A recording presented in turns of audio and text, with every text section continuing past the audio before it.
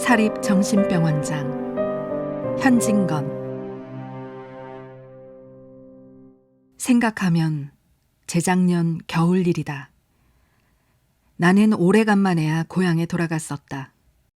10여 호가 넘던 일갓집들이 가을바람에 나부끼는 포플러 잎보담도 더 하잘것없이 흩어진 오늘날에야 말이 고향이지 기실 쓸쓸한 타향일 따름이다.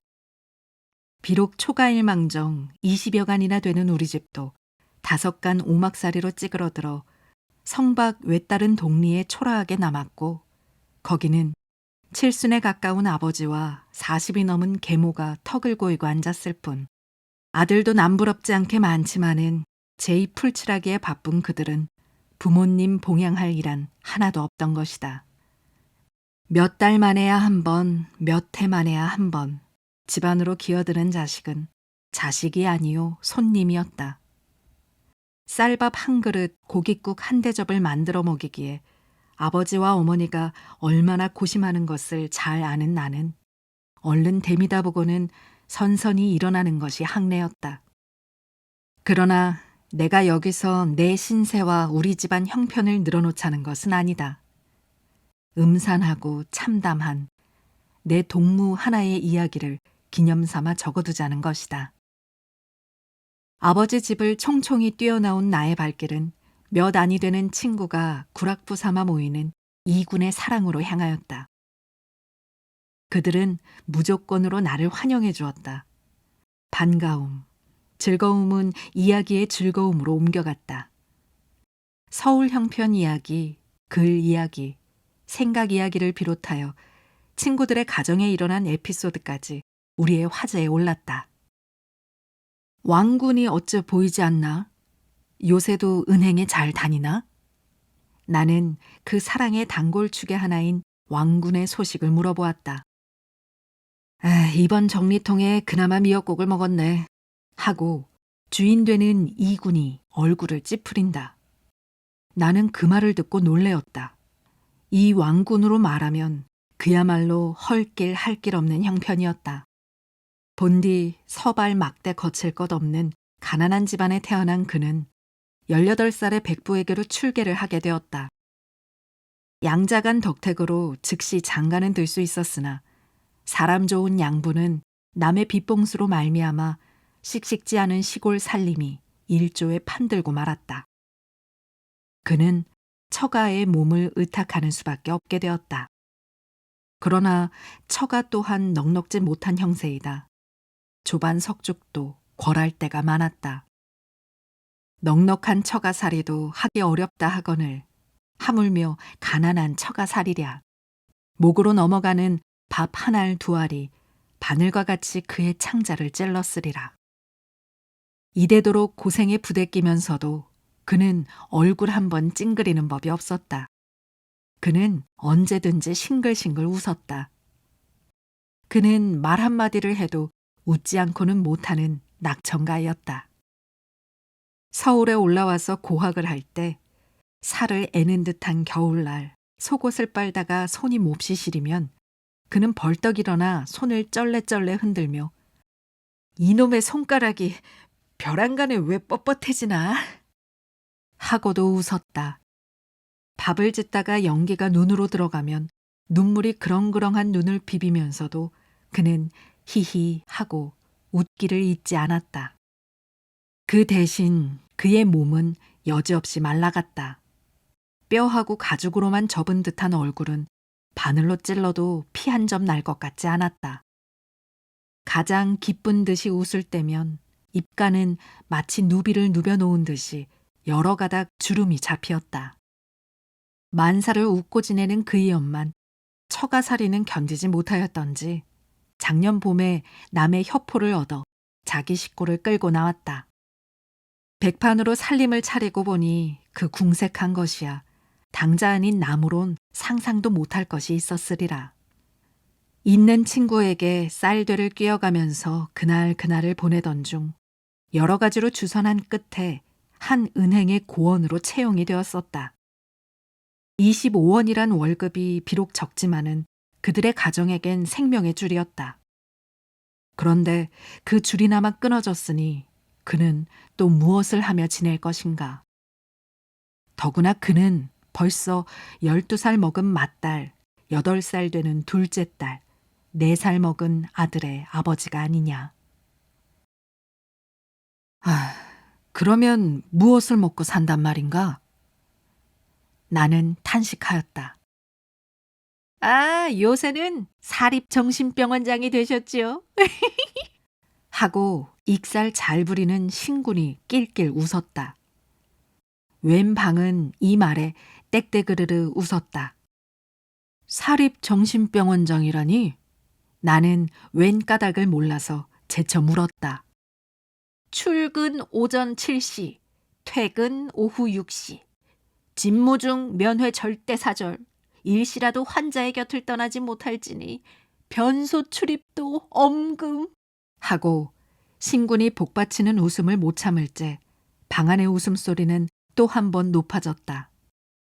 신군의 설명을 들으면 왕군에게 박군이란 친구가 있었다. 워낙 체질이 나약한 그는 어릴 적부터 병으로 자랐었다. 성한 날이라고는 단지 하루가 없었다. 가난한 집 자식 같으면 땅김을 벌써 받았으련마는 다행히 수천석군의 외동아들로 태어난 덕에 삶과 녹용의 힘이 그의 끊어지려는 목숨을 간신히 부재해왔었다. 자식이 그렇게 허약하거든 장가나 들이지 않으면 좋을걸. 재작년에 혼인을 한 뒤로부터 그의 병세는 더욱 덧쳐진 모양이었다.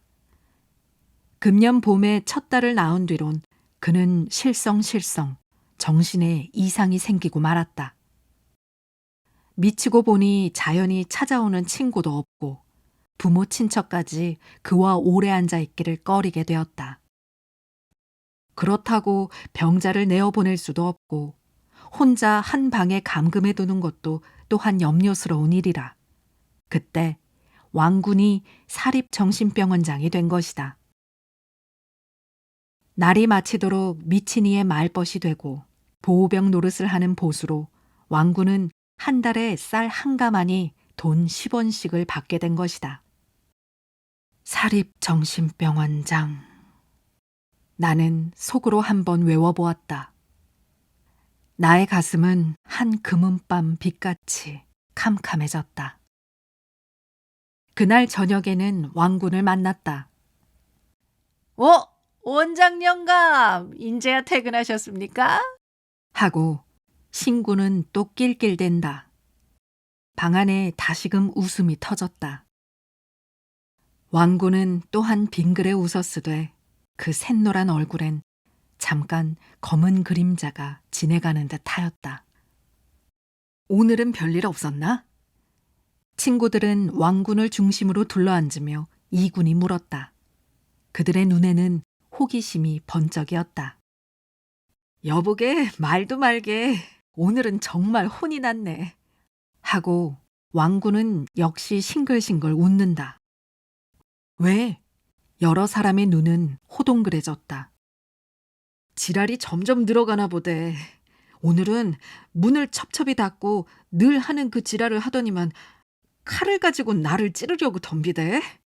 칼은 또 웬 칼인구? 낮에 밤 까먹으라고 내온 것을 어느새 집었던가 보대. 그래, 곧 그 칼을 빼앗았나? 그까짓 것 안 빼앗았으면 어떨라고. 설마 미친놈이 사람 죽이겠나? 하고 왕군은 또 웃었다. 그러나 그의 몸은 웬일인지 치운 듯이 떨고 있었다. 자네도 좀 실성실성하이 그려. 미친놈이 사람을 죽이지 성한 놈이 사람을 죽이나? 거기 모인 친구의 하나인 김군이 그 귀공자다운 흰 얼굴이 조금 푸르러지며 이런 말을 하였다. 성한 사람 같으면 푹 찌르지만 칼을 들고 남의 목에 겨누며 한참 지랄을 하더니 그대로 퍽 쓰러지대 그려.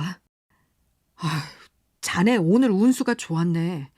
문을 첩첩이 잠그고 그 어두침침한 방 안에서 정말 찔렀으면 어쩔 뻔했나. 하고 이군은 아질아질한 듯이 몸서리를 친다. 문을 왜 쳐잠그는가? 나는 또 설명을 요구하였다. 자네는 참 모를 걸세. 하고 왕군은 설명해 주었다. 박군의 증세는 소위 공인증이란 것이었다. 천연스럽게 앉아있다가 문득 눈을 홉 뜨고 그 백지장 같은 얼굴이 파랗게 질려가지고 아이고, 저놈들이 또 온다. 아이고, 저놈들이 나를 잡으러 온다. 라고 황급하게 중얼거리며 숨을 곳을 찾는 듯이 방안을 쩔쩔매다가 여보게 왕군, 문 좀 닫아주게. 문 좀 닫아주게. 라고 비두발괄 하는 법이었다. 그러면 왕군은 할 일 없이 사랑 중문을 닫고 그들 있는 방문이란 방문은 미닫이며 덧창이며 바깥문까지 모조리 다 걸어야 한다. 그래서 방안이 침침해지면 개한테 쫓긴 닭 모양으로 방 한 구석에 고개를 쳐박고 있던 미친이는 고개를 번쩍 들고 사면을 두리번 살핀다. 그러다가 벼랑간 하고 마디마디 끊어진 웃음을 웃는다. 이 웃음소리를 따라 그의 홉든 눈이 점 번들번들해지자 이놈들아! 너희들이 나를 잡아가? 어린 반푼어치 없지. 하면서 소리를 고래고래 지르다가 1시간가량 지내면 제풀에 지쳐서 그대로 쓰러지는 법이었다.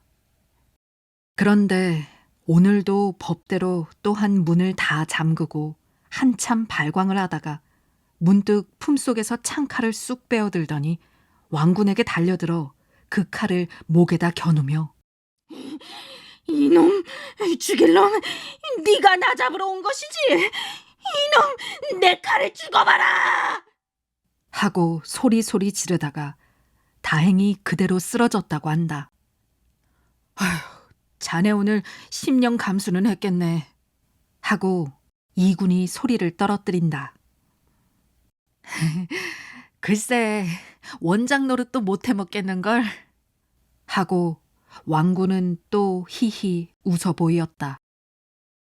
김군의 주최로 그날 밤에 우리는 해동관이란 요리집에 가게 되었다.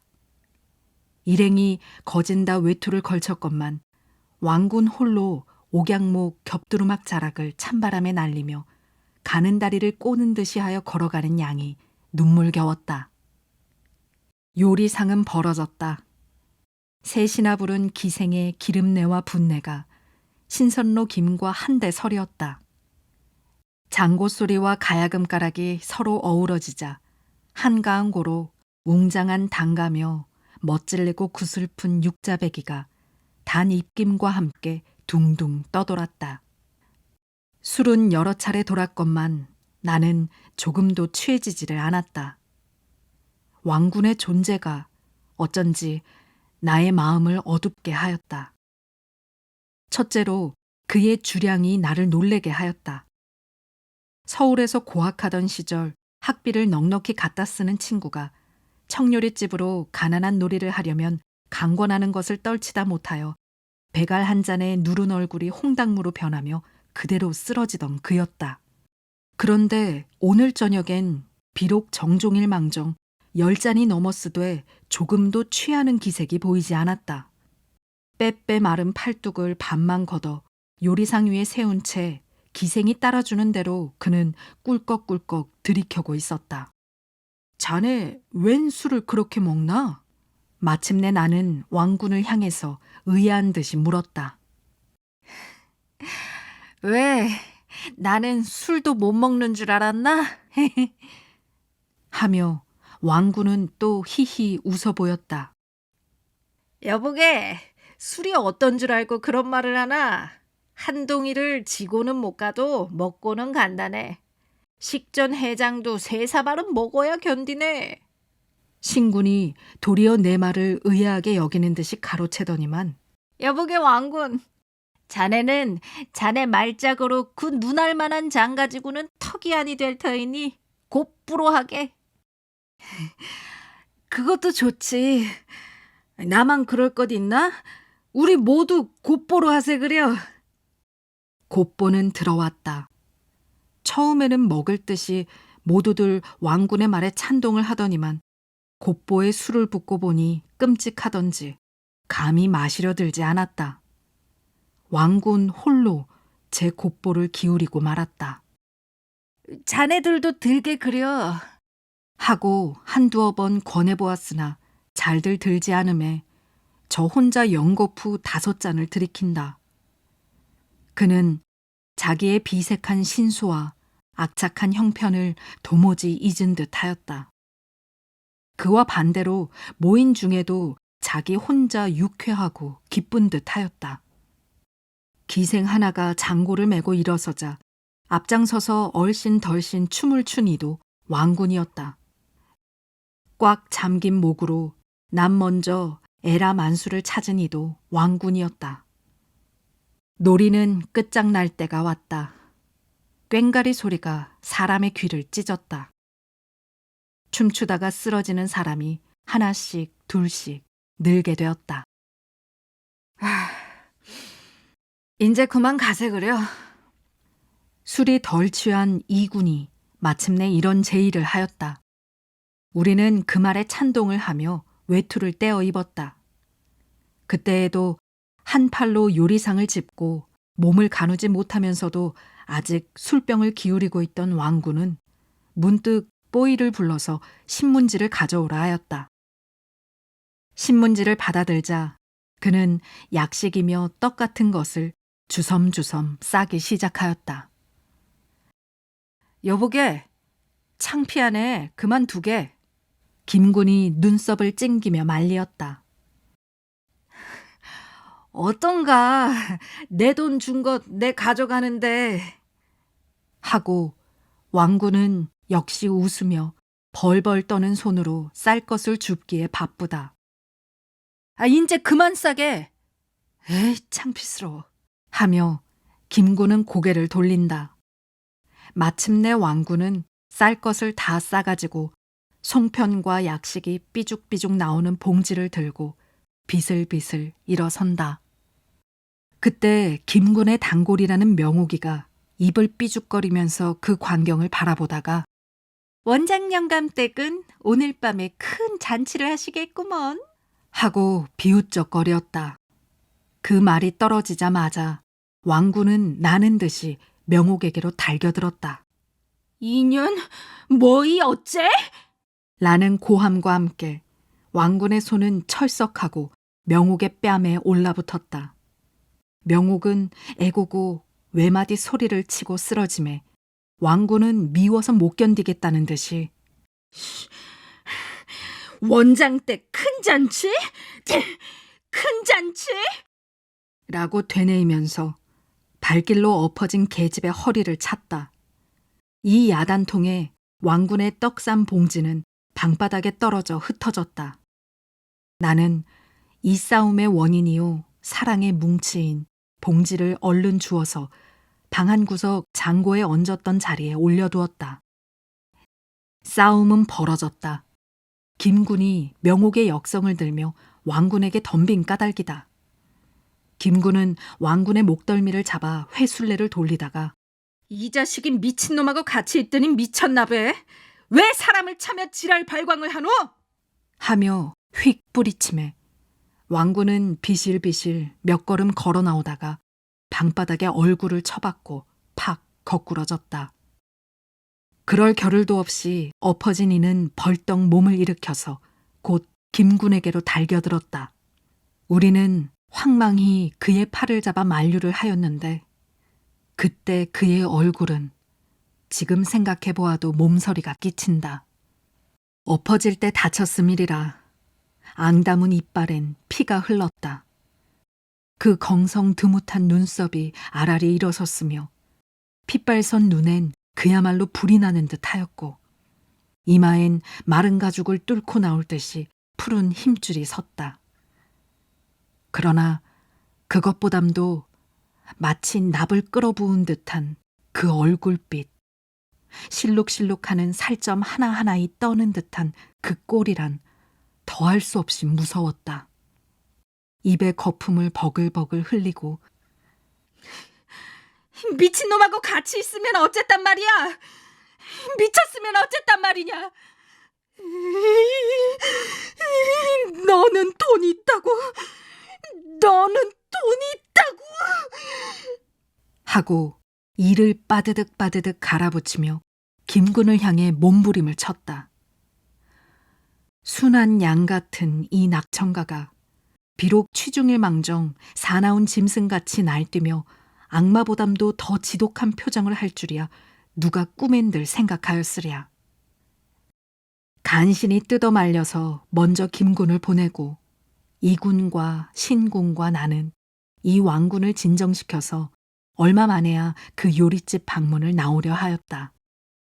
그때 왕군은 무엇을 찾는 듯이 연해 방안을 살피다가 아까 내가 얹어둔 봉지를 발견하자 그의 눈은 이상하게 번쩍이었다. 그의 뜻을 지레짐작한 나는 얼른 그 봉지를 집음해 그는 내 손에서 그 봉지를 빼앗듯이 받아가지고 방바닥에 태기를 쳤다. 그러자 그는 헤어진 음식 위에 거꾸러져서 엉엉 울기 시작하였다. 그의 얼굴과 손은 약식투성이가 되고 말았다.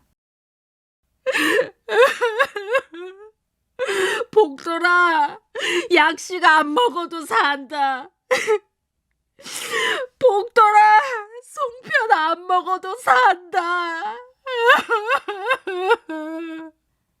한동안 그는 제 아들 이름을 부르며 목을 놓고 울었다. 문득 울음을 뚝 그친 그는 무엇을 노리는 듯이 제 앞을 바라보더니만 나를 향하며 여보게, 칼로 푹 찔러 죽이는 것이 어떻겠나? 우리는 어리둥절하며 그의 입만 바라보았다. 아니, 그럴 일이 아니다.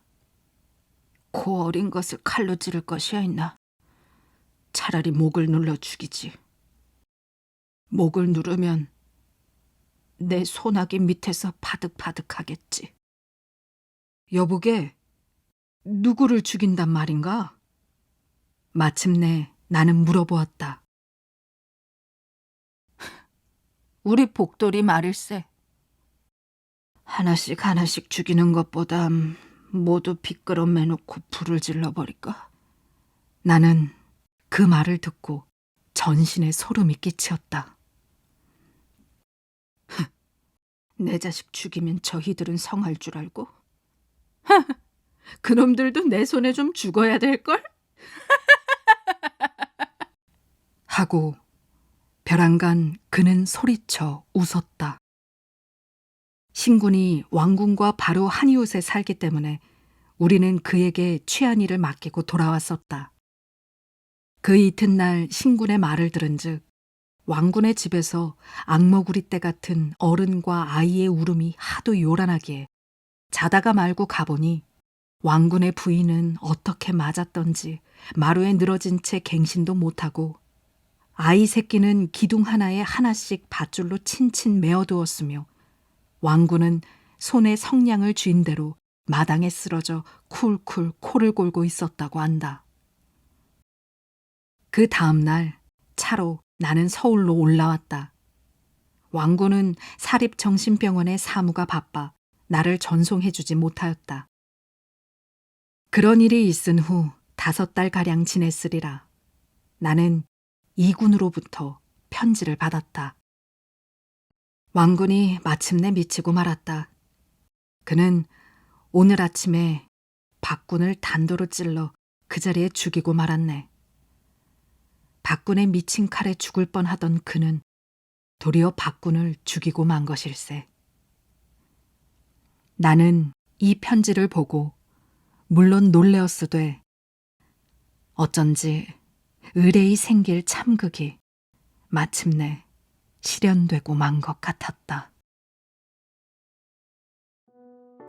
현진건의 사립정신병원장이었습니다.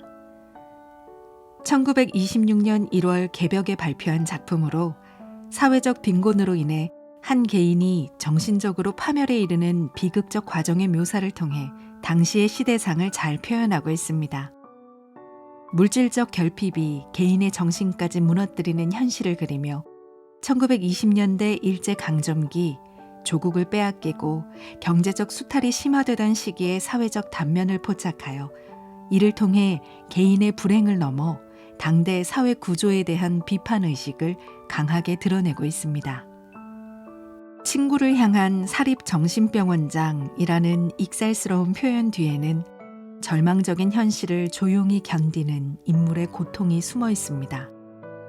농담처럼 시작된 이 별명은 아이러니하게도 진짜 광기로 끝맺게 되는데요.